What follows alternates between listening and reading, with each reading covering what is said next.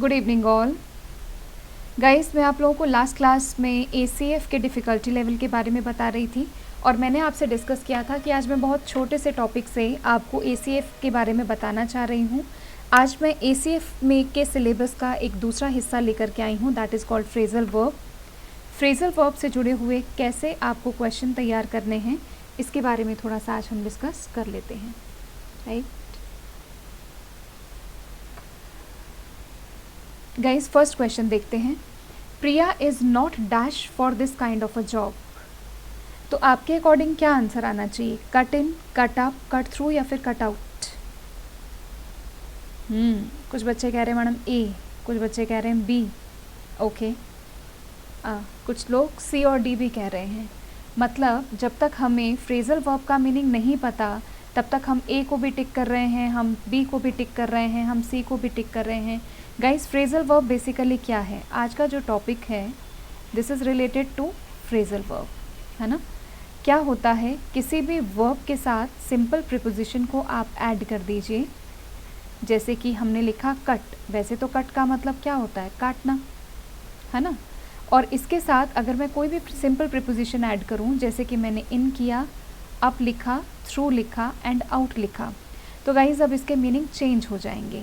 अगर हम कट के फ्रेजल वर्ब की बात करें तो कट से जुड़ी हुई फ्रेजल वर्ब अपने सब, अगर आप सिंपल प्रीपोजिशन ऐड कर दोगे तो इसके सबके मीनिंग ही चेंज हो जाएंगे। जैसे कि मैं आपको कुछ लिखवा देती हूँ, आप नोट डाउन कर लीजिए।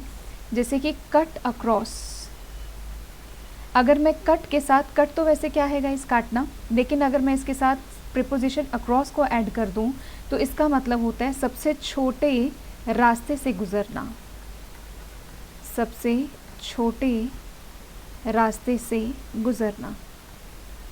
अब आप देखिएगा गाइस, क्या कट और कट अक्रॉस में कोई डिफरेंस नहीं है?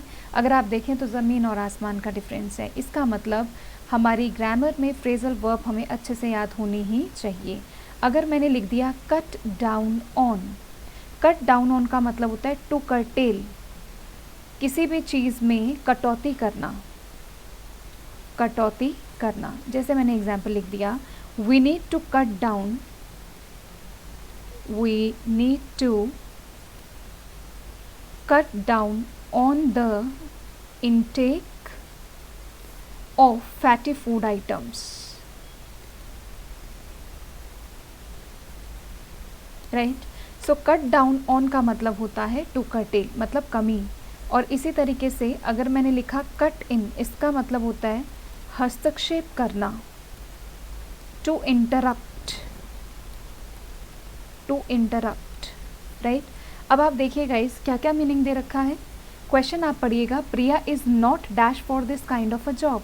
तो कट इन का मतलब क्या होता है? हस्तक्षेप करना, है ना, इंटरप्ट करना। और इसी तरीके से कटअप का मतलब क्या होगा?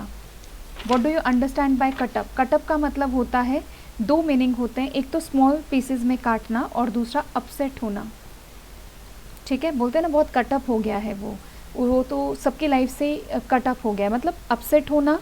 और या फिर इसका मीनिंग होता है छोटे छोटे पीसेज में काटना। फिर हमारे पास एक फ्रेजल वर्ब है कट थ्रू। गाइज, इसका मतलब होता है डील क्विकली, है ना, deal quickly. And cut out का मतलब होता है, कट आउट का मतलब आप ले सकते हैं कि जैसे हमने बोला cut out for, to be suitable for, to be suitable for. तो यहाँ पर ऑलरेडी फॉर है, तो हमारे पास फ्रेजल वर्ब क्या बनती है गाइस? Cut out for. इसका मतलब होता है to be suitable for. To be suitable for मतलब किसी कार्य के लिए उपयुक्त होना।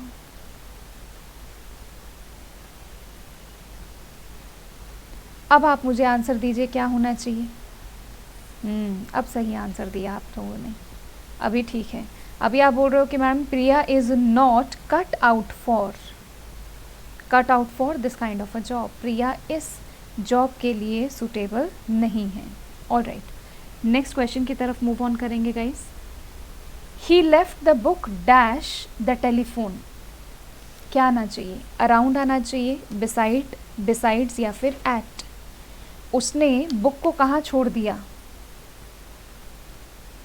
अराउंड चारों ओर छोड़ दिया, बिसाइड बगल में, गाइस बिसाइड का मतलब होता है बगल में, ठीक है। और अगर मैं लिख दूँ बिसाइड्स तो इसका मतलब होता है के अतिरिक्त। मतलब मेरे पास एक पेन है और मेरे साथ मैंने एक बुक खरीदी, उसके साथ साथ एक पेन भी खरीद लिया, तो यहाँ पर मैंने क्या किया, बिसाइड्स के अतिरिक्त यानी कि अपार्ट फ्रॉम, है ना। और बिसाइड्स हमेशा ऐड करता है गाइस, प्लस करेगा माइनस नहीं करेगा। Alright, let's move on to question number 3। The waiter took the plates dash after we had finished eating. जैसे ही हमने खाना बंद किया तो वेटर प्लेट्स को क्या करेगा guys, took the plates away. Answer क्या हो जाएगा, टुक द प्लेट्स अवे। हमने अवे क्यों लगाया, क्योंकि अब आप टेक के फ्रेजल वर्ब देख लीजिएगा। टुक अवे, टुक अवे का मतलब होता है to remove something. Took away is to remove something, plates को हटा दिया उसने, है ना। ठीक है, कुछ बच्चे सही आंसर दे रहे हैं, कुछ बच्चे फिर से गड़बड़ कर रहे हैं, राइट। इसी तरीके से अगर मैं लिखूँ टेकअप, टेकअप का मतलब होता है टू बिगिन, शुरुआत करना, किसी काम को शुरू करना। टेक अप गाइस, टेक के सेकंड फॉर्म टुक और थर्ड फॉर्म टेकन, तो क्योंकि सेकंड फॉर्म में लिखा हुआ है तो टुक आ जाएगा, तो टेकअप का मतलब होता है टू बिगिन। इसी तरीके से टेक ऑफ, टेक ऑफ का मतलब होता है to leave the ground. To leave the ground बोलते हैं ना, फ्लाइट आपका प्लेन क्या करता है, टेक ऑफ करता है, डिपार्ट जिसको आप बोलते हैं डिपार्ट, राइट। टेक आउट का मतलब होता है सेपरेट, अलग करना, राइट। तो अब आपको चारों की मीनिंग पता होनी चाहिए। टेक अप मतलब शुरुआत करना, है ना, किसी काम को शुरू करना। टेक ऑफ का मतलब डिपार्ट करना, take away to remove something, and take out का मतलब अलग करना। अब यहाँ पर वेटर क्या करेगा, शुरू करेगा, डिपार्ट करेगा, कि प्लेट्स को रिमूव कर देगा या फिर अलग कर देगा। तो आंसर आएगा the waiter took the plates away after we had finished eating. ठीक है, question number 3, it is 14 years since I dash him. Guys ये थोड़ा सा ग्रामर का क्वेश्चन है ना, ग्रामर का क्वेश्चन है। आंसर करिए क्या आना चाहिए, it is 14 years since I dash him. कुछ बच्चे ए, कुछ बच्चे बी, ठीक है। देखो स्टूडेंट्स, एक रूल पता होना चाहिए, इंग्लिश में सिंस 3 तरीके से काम करता है, preposition, conjunction and adverb. Preposition, conjunction and adverb.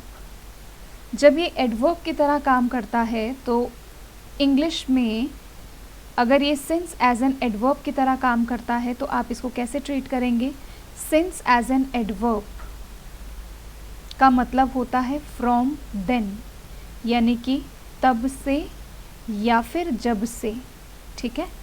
ऐसी कंडीशन में एक सेंटेंस 2 पार्ट्स में बटा होता है, 2 क्लॉजेज में बटा होता है। सेंटेंस के किसी भी एक हिस्से में इस, एम, आर या फिर हैज़, हैव दिया गया होता है, और इसके सेकंड पार्ट में गाइस हमेशा second form of the verb use होती है। जैसे मैंने लिखा it is 14 years since I dash him, right. पूरे 14 साल हो गए कि मैंने उसको अभी तक देखा भी नहीं है। तो इट इज़, यहाँ पर इज़ एम आर आ गया, हैज़ हैव आ गया, और यहाँ पर क्या यूज़ होना चाहिए, सेकंड फॉर्म यूज़ होनी चाहिए। तो यहाँ पर सेकंड फॉर्म कौन सी है गाइस, हैव सीन है, हैड सीन है, या फिर डिड सी है, या फिर सॉ है। What is the second form. तो अगर मैं बात करूँ it is 14 years since I dash him, तो आंसर आ जाएगा, हाँ अभी ठीक दे रहे हो, सिंस आई सॉ हिम, ठीक है। सो यहाँ पर काम किया सिंस एज एन एडवर्ब। तो ये आपका थोड़ा सा ग्रामर का क्वेश्चन है, प्रिपेयर करना पड़ेगा आपको। Okay, let's move on to question number next. The building comprises dash 60 rooms. The building comprises dash 60 rooms of, to, with या फिर ऑफ। गाइस कंप्राइजेज होता है सम्मिलित करना, और इस बिल्डिंग में टोटल कितने रूम्स हैं, 60 रूम्स हैं। याद रखिएगा गाइस, ये है फिक्स्ड प्रीपोजिशन। बहुत सारे ऐसे वर्ड्स हैं जिनके साथ प्रीपोजिशन फिक्स्ड होती हैं। कंप्राइज के बाद हमेशा प्रीपोजिशन ऑफ का यूज़ करोगे। Next question, she always runs short dash money. आपके पास होता है शॉर्ट ऑफ। शॉर्ट ऑफ का मतलब होता है कमी होना, ठीक है, ठीक आंसर दे रहे हैं आप सब।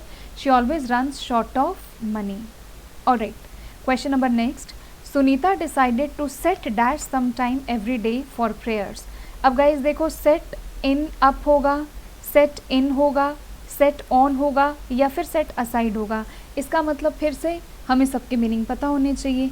और क्या कहलाती हैं ये कहलाती हैं फ्रेजल वर्ब्स।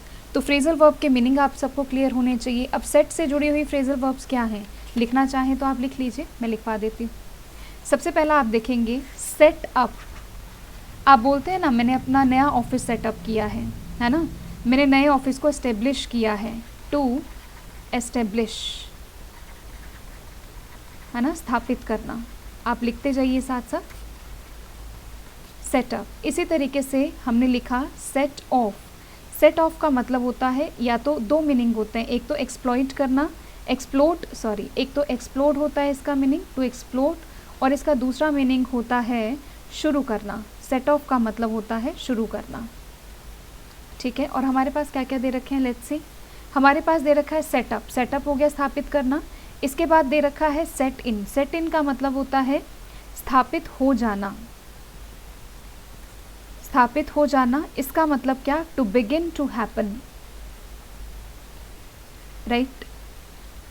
फिर हम देखेंगे सेट ऑन। सेट ऑन या फिर अपॉन, वैसे अपॉन होता है। और सेट असाइड, सेट असाइड का मतलब होता है to reject.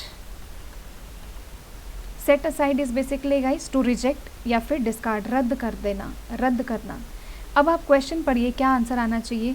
Sunita decided to set dash some time every day for prayers. What will be the right answer.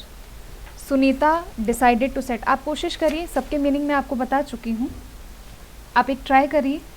I understand कि आपको याद होना चाहिए, बट एज ऑफ नाउ मैंने आपको सारे मीनिंग बताए हैं, तो आप इसको बता सकते हो। Set aside,